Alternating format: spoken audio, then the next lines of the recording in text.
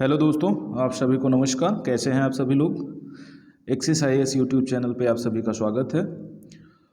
हम लोग target prelims 2023 जो 28 जून को होने वाली है उसके संबंध में जो भी इम्पोर्टेंट टॉपिक हैं सब्जेक्ट के हिसाब से उनका डिस्कशन कर रहे थे। तो आज हमारा जो सब्जेक्ट है वो पर्यावरण एवं पारिस्थितिकी है।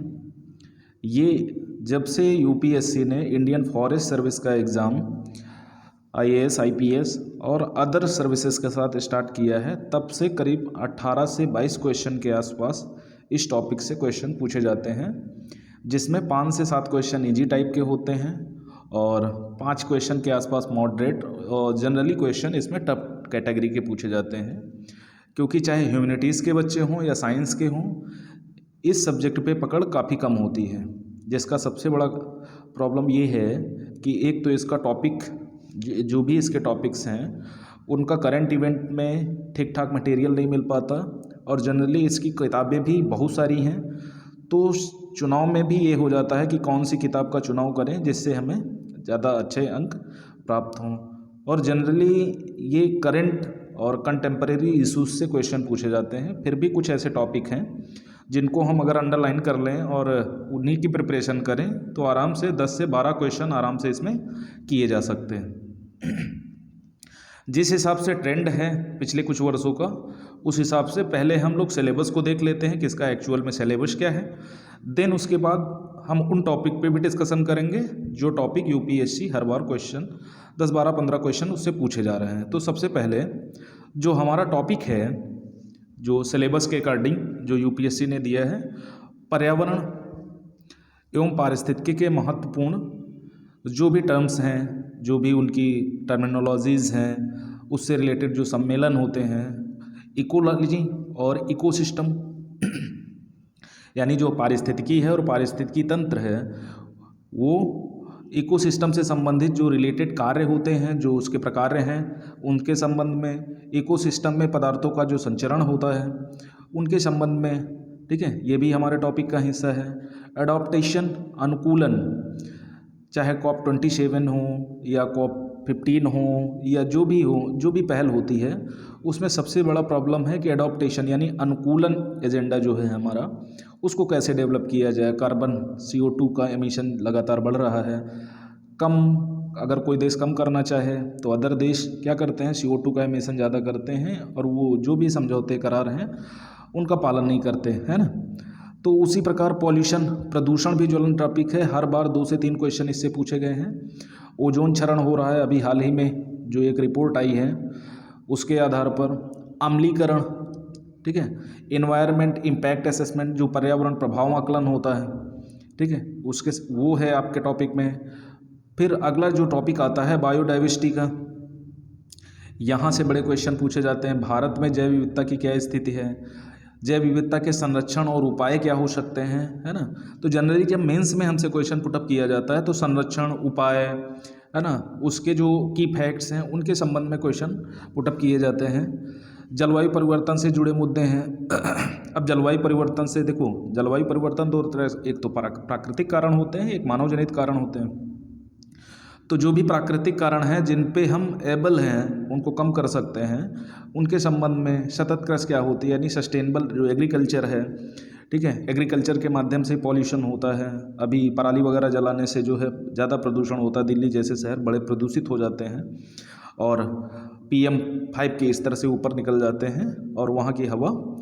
और जो भी इंटरनेशनल ऑर्गेनाइजेशन है, चाहे वो यूनेस्को हो, ठीक है, COP के जो भी मॉन्ट्रियल प्रोटोकॉल हो, ओजोन से संबंधित जो भी संरक्षण और संगठन इससे बने हुए हैं, ठीक है, तो उनके संबंध में उनकी क्या रिस्पॉन्सिबिलिटी हैं, चाहे IPCC हो, UNFCCC हो, तो उनके क्या कार्य हैं, वो संगठन किस प्रकार का है। पर्यावरण संरक्षण अधिनियम हमारा है, ठीक है, और जो जंतुओं से रिलेटेड जो हमारा वन्य जीव संरक्षण अधिनियम 1973 है ना, जैव विविधता अधिनियम 2002। तो इस तरह के संबंध में जो भी संगठन या अंतर्राष्ट्रीय NGT का क्या कार्य होता है ना, तो ये सारे हमारे टॉपिक के रिलेटेड मुद्दे हैं जो UPSC ने हमारे सिलेबस में दे रखा है।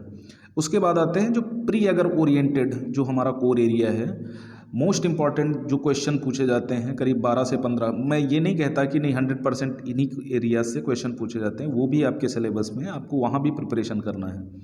ठीक है, जो प्रमुख कॉन्सेप्ट हैं, जो टर्मिनोलॉजी हैं, जो तुम्हारे एनवायरनमेंट की या इकोसिस्टम की, है ना, वहाँ से क्वेश्चन बड़े पुटअप किए जाते हैं।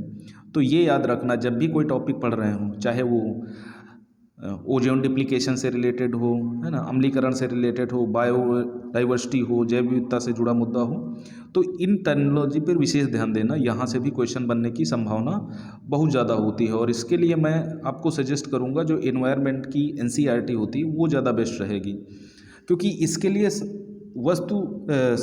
सब्जेक्टिविटी बहुत ज़्यादा मैटर करती है, और बहुत सारे ऐसे लोग बताने वाले हैं कि नहीं यहाँ से क्वेश्चन पिछली बार पुटअप किए गए थे, तो हमारी रीच में वो चीज़ें नहीं होती, हम हर रिपोर्ट को पढ़ने नहीं बैठ सकते, है ना। तो हम एक्सपेक्शन के तौर पर क्या कर सकते हैं कि हम 10 से 12 क्वेश्चन को हम एक एवरेज मान के चलते हैं कि हमें इतने ही करने हैं इस टॉपिक से, जो इजीली हमें अवेलेबल हो जाएंगे और यहाँ से हमें अच्छे नंबर भी मिलेंगे। तो सबसे ज़्यादा जो क्वेश्चन पूछे जाते हैं वो इकोसिस्टम से रिलेट करके पूछे जाते हैं, है ना। बायोडाइवर्सिटी संरक्षण, क्या प्रयास किए गए, अंतर्राष्ट्रीय स्तर पर, राष्ट्रीय स्तर पर क्या लॉज हैं, क्या रेगुलेशंस हैं, राष्ट्रीय अंतर्राष्ट्रीय जो जैव विविधता को संरक्षित करने के लिए जो संस्थान बनाए गए हैं, है ना, जो भी हैं, तो वहाँ से रिलेट करके क्वेश्चन पूछे जा सकते हैं। अगर पीसीएस की बात करें तो इन्वायरमेंट बहुत इको फ्रेंडली टॉपिक है पीसीएस वालों का, है ना, जिसमें पॉल्यूशन, है ना, क्लाइमेट चेंज से संबंधित, और इसके कुछ ऐसे पार्ट्स हैं जहाँ से हर बार क्वेश्चन पूछे जाते ही हैं। यूपीएससी में पिछली बार शायद 2 या 3 क्वेश्चन पूछे गए थे इस टॉपिक से। वेटलैंड नेक्स्ट, अभी हाल फिलहाल में अगर इस साल की बात की जाए 2022 में 11 वेटलैंड को दर्जा दिया है। ठीक है, यूनेस्को के अंतर्गत जो भी वेटलैंड शामिल हैं, जो उनके संरक्षण के प्रयास किए जाते हैं, जो वेटलैंड नेशनल इंपॉर्टेंस की हैं, रामसर साइट में जो भी वेटलैंड शामिल हैं, और रेड स्पीसीज कुछ ऐसी होती हैं, है ना, स्पीसीज से रिलेटेड बायोडाइवर्सिटी में क्वेश्चन पूछे जा सकते हैं। तो स्पीसीज बहुत सारी हैं, लेकिन जो रिलेटिवली इम्पॉर्टेंट हैं, जैसे अभी हाल फिलहाल में असम के गेंडू के संबंध में बात चल रही है ना। अभी हाल फिलहाल में अफ्रीकी महाद्वीप से हमारे यहाँ चीतों का आयात किया गया है, जो कूनो राष्ट्रीय पार्क में रखे गए हैं। तो ये नेशनल इंपॉर्टेंस की चीज़ें हैं जहाँ से क्वेश्चन पुटअप होने की संभावना। नीलगिरी ताहर जो तमिलनाडु का राजकीय पक्षी है, उसके संबंध में बचाव के लिए राज्य सरकार द्वारा प्रयास किए जा रहे हैं, तो वहाँ से क्वेश्चन पूछे जाने की संभावना हो सकती है। रिलेटिवली जो टॉपिक्स हैं, है ना, उनसे बहुत सारे क्वेश्चन बनते हैं। तो नेशनल इंपॉर्टेंस की जो भी न्यूज़ है उसको आपको छोड़ना नहीं है, कम से कम इस टाइप में अभी आपको देख लेना है। अदर यूनेस्को रिलेटेड जो भी दिक्कतें हैं, जो भी स्थल नॉमिनेट किए गए हैं, जैसे पिछली बार हिस्ट्री से रिलेट करके धौलावीरा संबंधित स्थल आया था, तो उस हिसाब से स्थल पूछे जा सकते हैं। पश्चिमी घाट की स्पीसीज, पूर्वी घाट की स्पीसीज, पूर्वोत्तर भारत की स्पीसीज, हिमालयन स्पीसीज जो प्रमुख हैं, जो एक डेंजर कैटेगरी में है, जो भी रेड डाटा बुक आती है उसमें 7-8 जो भी टाइप्स हैं, तो उसमें कुछ स्पीसीज के विषय में आपको जानकारी रखना आवश्यक होगा।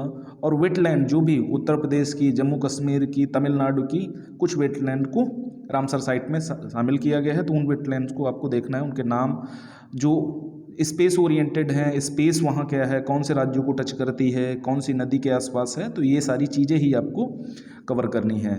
नेशनल पार्क, अगेन पिछली बार नेशनल पार्क से क्वेश्चन आया था, और नेशनल पार्क कहाँ है, क्या है, मतलब नहीं है। नेशनल पार्क का जो इम्पोर्टेंस है, जो एरियाज़ हैं, ठीक है, केंद्र सरकार ने या सुप्रीम कोर्ट ने जो एरिया इको सेंसिटिव जोन जो घोषित किया है, सेंचुरी क्या होती है, सेंचुरी से रिलेटेड बर्ड सेंचुरी हो या कोई जीव जंतुओं के लिए अभ्यारण्य हो, वहाँ से इम्पॉर्टेंट जो स्कीम्स हैं, परियोजनाएं हैं जो सरकार चला रही है, ठीक है, चाहे वो पर्यावरण संरक्षण अधिनियम हो, ठीक है, वन्य जीव संरक्षण अधिनियम हो, साइट्स की जो भी सूचियाँ आती हैं, है ना, जो भी इस तरह के यानी ये 5-6 टॉपिक ऐसे हैं जहाँ से ये मान के चलो आपको 10 से 12 क्वेश्चन मिलने की संभावना है, और इन्हीं को आपको देखना है। यानी 10 से जो 12 क्वेश्चन आपको करने हैं वो, और बहुत सारे लो हैंगिंग फ्रूट मिल जाएंगे, यानी ऐसे आराम से क्वेश्चन मिल जाएंगे जिनको आप क्या करते हैं, हम लोग डिनाई कर देते हैं, तो वो आपको ज़रूर करना है। यानी जो इजी टाइप के क्वेश्चन आएंगे,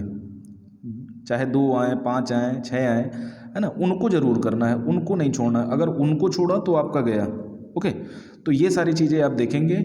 और बहुत ज़्यादा इनकी ब्रीफिंग पे मत घुसना, ठीक है। जो तैयार हो रहा है ठीक है, जो नहीं तैयार हो रहा है तो आगे बढ़ जाना other subject, history, geography, polity, क्योंकि लगभग 60% का बर्डन वहीं से, हिस्ट्री से है, पॉलिटी से है, इकॉनमी से है और तुम्हारा ज्योग्राफी से है। तो उनको आप ज़रूर तैयार करना, वो आपका एक बेसिक और है। अगर यहाँ पर आप 8-10 क्वेश्चन कर लेते हैं तो इट्स ओके। हिंदी मीडियम वालों के लिए इट्स ओके है ना। और हिंदी मीडियम वाले ये बात ज़रूर ध्यान रखें कि आपको किस हिसाब से तैयारी करनी है, कि आपको जो सबसे बड़ी आपके लिए बाधा है प्री, उसी को क्वालिफाई करना है। ओके, तो आज के लिए इतना ही। Thank you very much.